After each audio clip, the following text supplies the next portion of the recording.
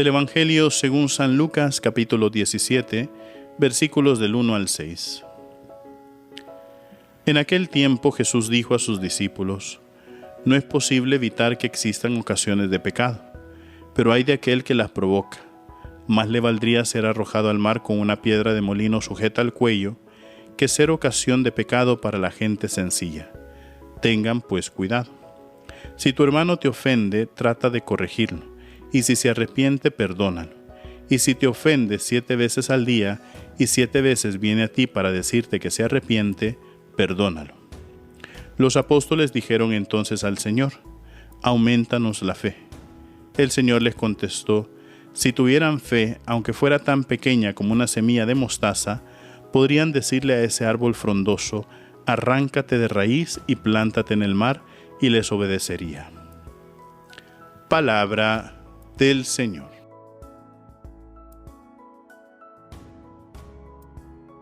Queridos hermanos, estamos dando inicio a esta 32ª semana del tiempo ordinario, y el Evangelio de hoy nos ha presentado el tema del perdón.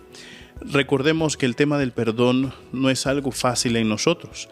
Para nosotros la actitud instintiva, la actitud natural cuando alguien nos hace daño o nos hace sufrir es enojarnos, resentirnos, llenarnos de rencor, y cuando eso no lo cuidamos puede llegar a producir incluso el odio. Es por eso que para nosotros es más fácil perdonar a gente que amamos. ¿Por qué? Porque el amor es lo que llega a superar muchas veces esa ira, ese rencor, ese resentimiento, ese odio incluso, ¿verdad? Es por eso que cuando nosotros vemos que existe problemas en las familias, ahí en las familias es un poco más fácil llegar al perdón cuando realmente se ama. Y es ahí donde nosotros vemos que el perdón, vuelvo a decir, no es una actitud natural en nosotros, es una actitud sobrenatural. Y es ahí donde cuando nosotros tenemos una muy buena relación con el Señor o vamos cimentando más nuestra fe, es cuando nosotros logramos realmente perdonar. Hoy el Señor nos ha expuesto un caso, ¿verdad? Dice: es imposible que no existan ocasiones de pecado, pero hay de aquel que las provoca.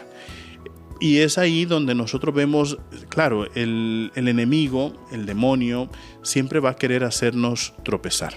Siempre va a estar buscando que nosotros caigamos, siempre va a estar buscando que nosotros en nuestras debilidades pues nos olvidemos del Señor, y nos va a presentar las tentaciones siempre. Eso es algo que nosotros no vamos a poder cambiar. Uno no puede decir yo no soy tentado, uno no puede decir yo no caigo en pecado.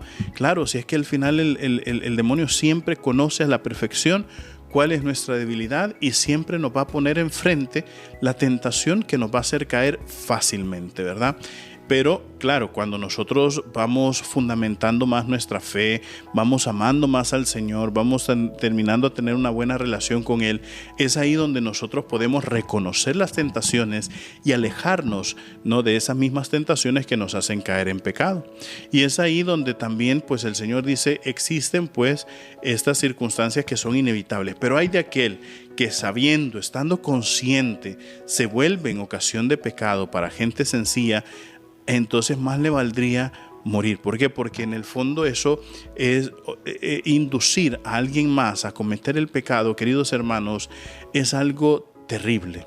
Es algo terrible. Yo me recuerdo una vez que en el confesionario me encontré con una mujer que le había inducido, le había metido la idea a otra persona a que cometiera el pecado gravísimo del aborto.